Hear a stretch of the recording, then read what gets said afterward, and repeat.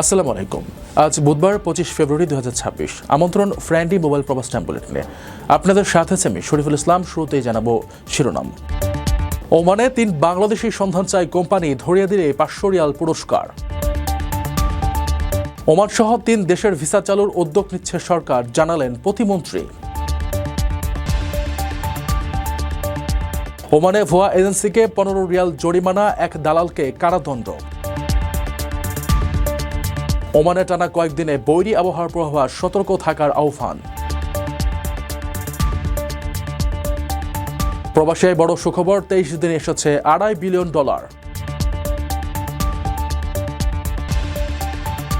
Oman প্রবাসীর প্রেমে টানে বাংলাদেশে ভিনদেশী নারী করেছেন ইসলাম গ্রহণ। দর্শক, দেখছিলেন শিরোনাম, এবারে পুরো খবর। ওমানের সেরা রেট দিচ্ছে বাংলাদেশি প্রতিষ্ঠান গালফ এক্সচেঞ্জ। প্রিয়জনকে টাকা পাঠাতে আজই আসুন আমাদের যে কোনো ব্রাঞ্চে অথবা কল করুন স্ক্রিনে দেয়া নাম্বারে। গালফ এক্সচেঞ্জ, বাংলাদেশিদের প্রিয় এক্সচেঞ্জ। ওমানের একটি বেসরকারি প্রতিষ্ঠান থেকে বিপুল পরিমাণ নগদ অর্থ নিয়ে পালানো 3 বাংলাদেশি কর্মীর সন্ধান দিলে 500 ওমানি রিয়াল পুরস্কারের ঘোষণা দেওয়া হয়েছে। QFF ইন্টারন্যাশনাল SPC নামের ওই প্রতিষ্ঠানের পক্ষ থেকে পলাতকদের দ্রুত আটক করতে আর্থিক পুরস্কারের কথা জানানো হয়। জানা গেছে, গত 19 ফেব্রুয়ারি সন্ধ্যা থেকে ওই 3 কর্মীর সঙ্গে কর্তৃপক্ষের সব ধরনের যোগাযোগ বিচ্ছিন্ন হয়ে যায়। প্রতিষ্ঠানটির অভিযুক্তরা কোম্পানির নগদ অর্থ হাতে নিয়ে উদ্দেশ্যপ্রণীতভাবে আত্মগোপন করেছেন। ওমানের একটি প্রতিষ্ঠান থেকে নগদ অর্থ নিয়ে পালানো 3 বাংলাদেশি কর্মীকে ধরিয়ে দিলে 500 ওমানি রিয়াল আর্থিক পুরস্কার ঘোষণা করা হয়েছে। QAF ইন্টারন্যাশনাল SPC নামের ওই প্রতিষ্ঠানের পক্ষ থেকে পলাতকদের দ্রুত সন্ধান পেতে নতুন করে এই পুরস্কারের কথা জানানো হয়। এর আগে গত 19 ফেব্রুয়ারি সন্ধ্যা 6টার পর থেকে ওই 3 কর্মীর সঙ্গে আর কোনোভাবে যোগাযোগ করতে পারেনি কর্তৃপক্ষ। অভিযোগ রয়েছে, কোম্পানির নগদ অর্থ নিজেদের আয়ত্তে নিয়ে তারা উদ্দেশ্যপ্রণীতভাবে আত্মগোপন করেছেন। এ ঘটনায় ইতিমধ্যে ওই প্রতিষ্ঠানের পক্ষ থেকে ওমানের আল খুদ পুলিশ স্টেশনে একটি আনুষ্ঠানিক অভিযোগ দায়ের করা হয়েছে। পলাতক ওই 3 কর্মী হলেন শরীয়তপুরের গোসারহাট উপজেলার মোহাম্মদ মাসুম, বান্দরবান সদর উপজেলার মোহাম্মদ রাজু রায়হান এবং ঢাকার কেরানীগঞ্জ উপজেলার ইমাম হোসেন। তাদের অবস্থান শনাক্ত করতে ওমানে বসবাসরত প্রবাসী বাংলাদেশি সহ সবার আন্তরিক সহযোগিতা চেয়েছে প্রতিষ্ঠানটি। যদি কেউ তাদের বর্তমান অবস্থা সম্পর্কে কোনো তথ্য জেনে থাকেন, তবে তাকে কালক্ষেপণ না করে দ্রুত নিকটস্থ থানায় বা সংশ্লিষ্ট কর্তৃপক্ষকে অবহিত করার জন্য বিশেষভাবে অনুরোধ করা হয়েছে। সঠিক তথ্য দিয়ে ধরিয়ে দিতে পারলে ঘোষণা মতো ওই 500 রিয়াল পুরস্কার প্রদান করা হবে।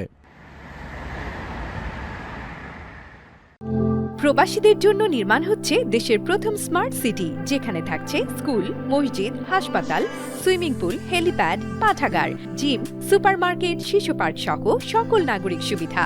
মাত্র 30 লাখ টাকা বিনিয়োগে মিলছে আকর্ষণীয় ফ্ল্যাট। প্লাটিনাম ইনভেস্টরদের জন্য ঢাকা বিমানবন্দরে VIP প্রোটোকল সুবিধা। বিস্তারিত জানতে যোগাযোগ করুন স্ক্রিনে দেয়া হোয়াটসঅ্যাপ অথবা ইমো নাম্বারে। মালয়েশিয়া, ওমান ও বাহরাইনের মতো গুরুত্বপূর্ণ এবং দীর্ঘদিন ধরে বন্ধ থাকা শ্রম বাজারগুলো পুনরায় চালুর উদ্যোগ নিয়েছে সরকার। আগামী 3 মাসের মধ্যে অন্তত 2-1টি বন্ধ শ্রমবাজার চালুর লক্ষ্য নির্ধারণ করা হয়েছে। মঙ্গলবার দুপুরে রাজধানীর ইস্কাটনে প্রবাসী কল্যাণ ভবনে সাংবাদিকদের সঙ্গে মতবিনিময়কালে শ্রম কর্মসংস্থান এবং প্রবাসী কল্যাণ ও বৈদেশিক কর্মসংস্থান প্রতিমন্ত্রী নুরুল হক নূর সরকারের এই অগ্রাধিকারের কথা জানান। তিনি জানান, অভিবাসন ব্যয় একটি নির্দিষ্ট সীমার মধ্যে নিয়ে আসা, প্রতারণায় জড়িত রিক্রুটিং এজেন্সির নিবন্ধন স্থগিত করা এবং বন্ধ শ্রমবাজার পুনরায় চালু করা, এই 3টি বিষয়কে সরকার বর্তমানে সবচেয়ে বেশি গুরুত্ব দিচ্ছে। মালয়েশিয়া, ওমান ও বাহরাইনের মতো গুরুত্বপূর্ণ শ্রম বাজারগুলো পুনরায় চালুর উদ্যোগ নিয়েছে সরকার। আগামী 3 মাসের মধ্যে অন্তত 2-1টি বন্ধ বাজার চালুর লক্ষ্য নির্ধারণের পাশাপাশি অভিবাসন ব্যয় কমানো এবং প্রতারক রিক্রুটিং এজেন্সির বিরুদ্ধে কঠোর ব্যবস্থা নেওয়ার ঘোষণা দেওয়া হয়েছে। মঙ্গলবার দুপুরে ইস্কাটনে প্রবাসী কল্যাণ ভবনে সাংবাদিকদের সঙ্গে মত বিনিময়কালে শ্রম কর্মসংস্থান এবং প্রবাসী কল্যাণ ও বৈদেশিক কর্মসংস্থান প্রতিমন্ত্রী নুরুল হক নূর সরকারের এই অগ্রাধিকারের কথা জানান। প্রতিমন্ত্রী জানান, অভিবাসন ব্যয় নির্দিষ্ট করে দেওয়া, প্রতারণা জড়িত রিক্রুটিং এজেন্সি নিবন্ধন স্থগিত এবং দীর্ঘদিন বন্ধ বা সীমিত থাকা শ্রমবাজার পুনরায় চালু, এই 3টিকেই তাৎক্ষণিক অগ্রাধিকার হিসেবে নিয়েছে সরকার। তিনি বলেন, আগামী 3 মাসের মধ্যে অন্তত 2-1টি বন্ধ শ্রমবাজার চালুর উদ্যোগ নেওয়া হবে। একই সঙ্গে কয়েকটি দেশের ক্ষেত্রে অভিবাসন ব্যয় নির্ধারণ করে তা কার্যকর করার প্রস্তুতি চলছে। প্রতিমন্ত্রী জানান, বিদেশে মারা যাওয়া শ্রমিকদের মরদেহ রাষ্ট্রীয় খরচে দেশে আনার ব্যবস্থা পুনরায় চালুর বিষয়ে আলোচনা চলছে। এছাড়া ঢাকায় মরদেহ পৌঁছানোর পর দেশের বিভিন্ন অঞ্চলে পাঠানোর জন্য মঙ্গলবার আরও 2টি নতুন লাশবাহী ফ্রিজিং গাড়ি যুক্ত হয়েছে। আপনার স্বপ্নগুলো আকাশ ছুবে প্রবাসীর হেলিকপ্টারের মাধ্যমে। বিয়ে, জন্মদিন অথবা যে কোনো বিশেষ প্রয়োজনে হেলিকপ্টার ভাড়া করতে যোগাযোগ করুন স্ক্রিনে দেয়া নাম্বারে। প্রবাসীর হেলিকপ্টার, নিরাপদ ও সাশ্রয়ী বাহনের বিশ্বস্ত নাম।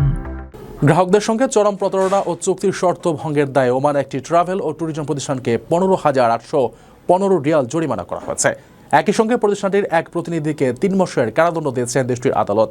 ভুক্তভোগী ওই গ্রাহকেরা ওই ট্রাভেল এজেন্সির বিরুদ্ধে সময়মতো টিকিট না পাওয়া, আকস্মিকভাবে ভ্রমণ বাতিল করা এবং ট্যুর প্যাকেজ ও হোটেল বুকিংয়ের টাকা নিয়েও সেবা না দেওয়ার মতো গুরুতর অভিযোগ দায়ের করেছিলেন। গ্রাহকদের সঙ্গে প্রতারণা ও চুক্তির শর্ত ভঙ্গের দায়ে ওমানে একটি ট্রাভেল ও ট্যুরিজম প্রতিষ্ঠানকে 15,815 রিয়াল জরিমানা করা হয়েছে। একই সঙ্গে প্রতিষ্ঠানটির এক প্রতিনিধিকে 3 মাসের কারাদণ্ড দিয়েছেন আদালত। ওমানের ভোক্তা অধিকার সংরক্ষণ কর্তৃপক্ষ সিপিএ গত 24 ফেব্রুয়ারি এক বিবৃতিতে এই রায় ঘোষণার বিষয়টি নিশ্চিত করেছে। ভোক্তাধিকার সংরক্ষণ কর্তৃপক্ষের দেওয়া তথ্য অনুযায়ী এ অর্থের মধ্যে আদালতের জরিমানা, গ্রাহকদের পরিশোধিত অর্থের ফেরত এবং ক্ষতিপূরণের অঙ্কও অন্তর্ভুক্ত রয়েছে। এছাড়া বিবাদীদের আইনি প্রক্রিয়ায় যাবতীয় খরচ বহন করারও নির্দেশ দিয়েছেন আদালত। ভুক্তভোগী গ্রাহকেরা ওই ট্রাভেল এজেন্সির বিরুদ্ধে নানা ধরনের অভিযোগ জানিয়েছিলেন। এর মধ্যে উল্লেখযোগ্য ছিল সময়মতো টিকিট দিতে না পারা, আগে থেকে কোনো নোটিশ না দিয়েই আকস্মিকভাবে ভ্রমণ বাতিল করা, পুনর্নির্ধারিত ট্যুর প্রোগ্রাম বাস্তবায়ন না করা এবং ফ্লাইট ও হোটেল বুকিংয়ে মাত্রাতিরিক্ত বিলম্ব। মূলত ক্রুজ বা নৌ ভ্রমণ, ট্যুর প্যাকেজ, ফ্লাইট ও হোটেল বুকিংয়ের মতো সেবাগুলো দেওয়ার প্রতিশ্রুতি দিয়ে টাকা নিলেও প্রতিষ্ঠানটি তা গ্রাহকদের বুঝিয়ে দেয়নি। ভোক্তা অধিকার সংরক্ষণ কর্তৃপক্ষ জানায়, ভুক্তভোগীদের অভিযোগের ভিত্তিতেই প্রাথমিকভাবে এই মামলাগুলো দায়ের করা হয়েছিল। শুরুতে আপোষ মীমাংসার মাধ্যমে সমস্যা সমাধানের চেষ্টা করা হলেও তা ব্যর্থ হয়। পরবর্তীতে মামলাগুলো পাবলিক প্রসিকিউশনে হস্তান্তর করা হয় এবং উপযুক্ত আদালতের মাধ্যমে এর বিচার কার্য সম্পন্ন হয়। আদালত প্রতিটি মামলায় প্রত্যেক বিবাদীকে 1,000 রিয়াল করে মোট 7,000 রিয়াল জরিমানা করেন। একই সঙ্গে কাঙ্ক্ষিত সেবা না পাওয়ায় গ্রাহকদের 7,715 রিয়াল ফেরত দেওয়ার নির্দেশ দেওয়া হয়। এর পাশাপাশি বস্তুগত ও মানসিক ক্ষতির শিকার হওয়া গ্রাহকদের আরও 1,100 রিয়াল ক্ষতিপূরণ দেওয়ার রায় প্রদান করা হয়, যা সব মিলিয়ে আর্থিক জরিমানার অঙ্ক 15,815 রিয়ালে গিয়ে দাঁড়ায়। আকর্ষণীয় রেট ও দারুণ সব ডাটা বান্ডেল পেতে আজই ব্যবহার করুন ফ্রেন্ডলি সিম। ওমানের উত্তরাঞ্চল এলাকাগুলোতে শক্তিশালী ধূলিঝড় ও দমকা হাওয়া বয়ে যাওয়ার পূর্বাভাস দিয়েছে দেশটির বেসামরিক বিমান চলাচল কর্তৃপক্ষ। বুধবার সন্ধ্যা থেকে শুরু হয়ে আগামী কয়েকদিন এই বৈরী আবহাওয়া বিরাজ করতে পারে বলে আবহাওয়া দপ্তর সতর্ক করেছে। উদ্ভূত পরিস্থিতিতে ওমানে অবস্থানরত সবাইকে আগামী কয়েকদিন সাবধানে চলাচলের আহ্বান জানানো হয়েছে।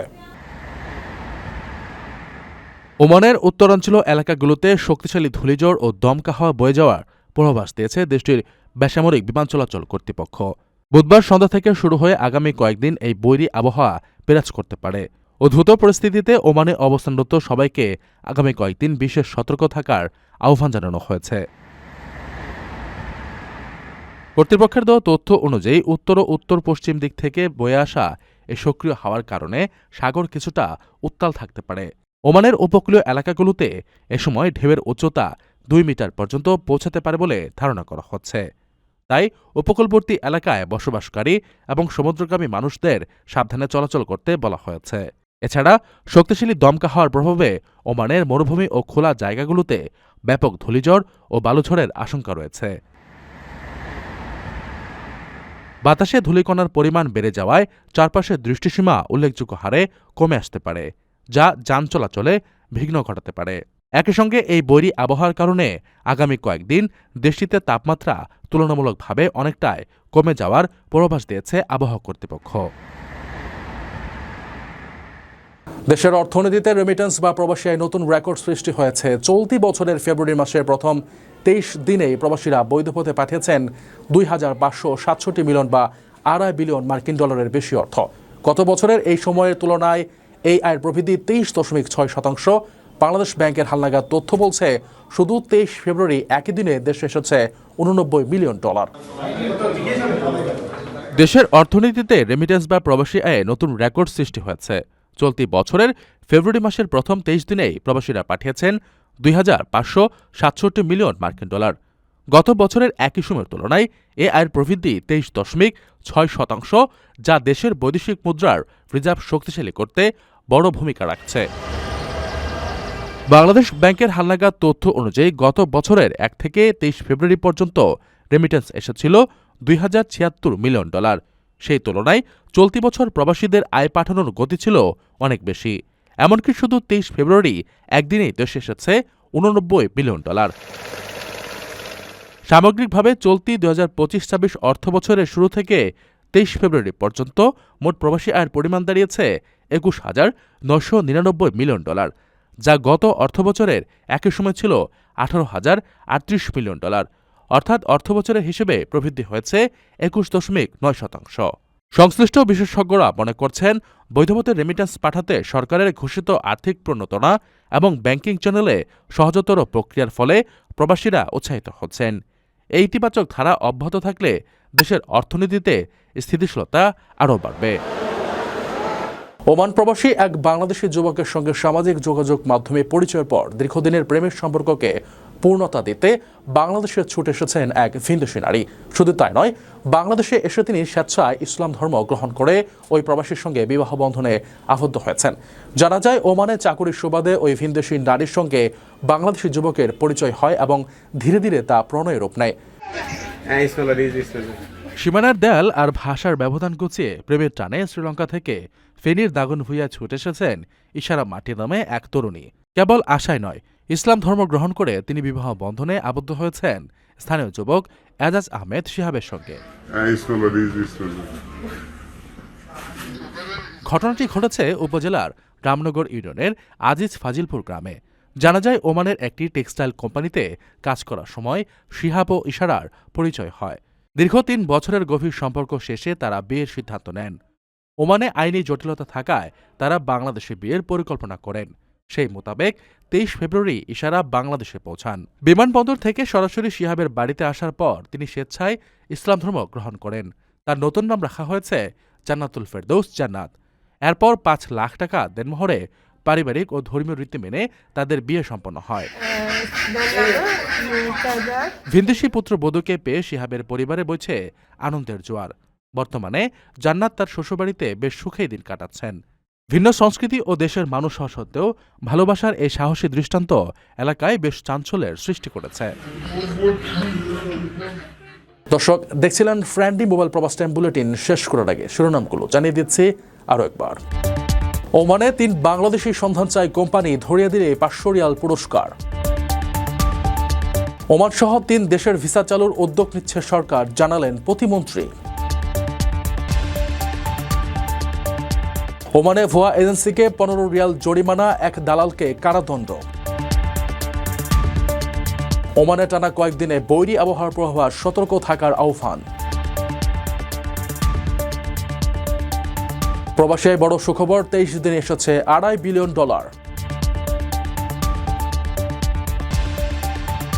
ওমান প্রবাসীর প্রেমের টানে বাংলাদেশে ভিনদেশী নারী করেছেন ইসলাম গ্রহণ। এই ছিল ফ্রেন্ডলি মোবাইল প্রবাস টাইম বুলেটিনের আজকের আয়োজনে। প্রবাসের সর্বশেষ সংবাদ পেতে ভিজিট করুন probastime.net, সাবস্ক্রাইব করুন আমাদের ইউটিউব চ্যানেল এবং চোখ রাখুন ফেসবুক পেজে।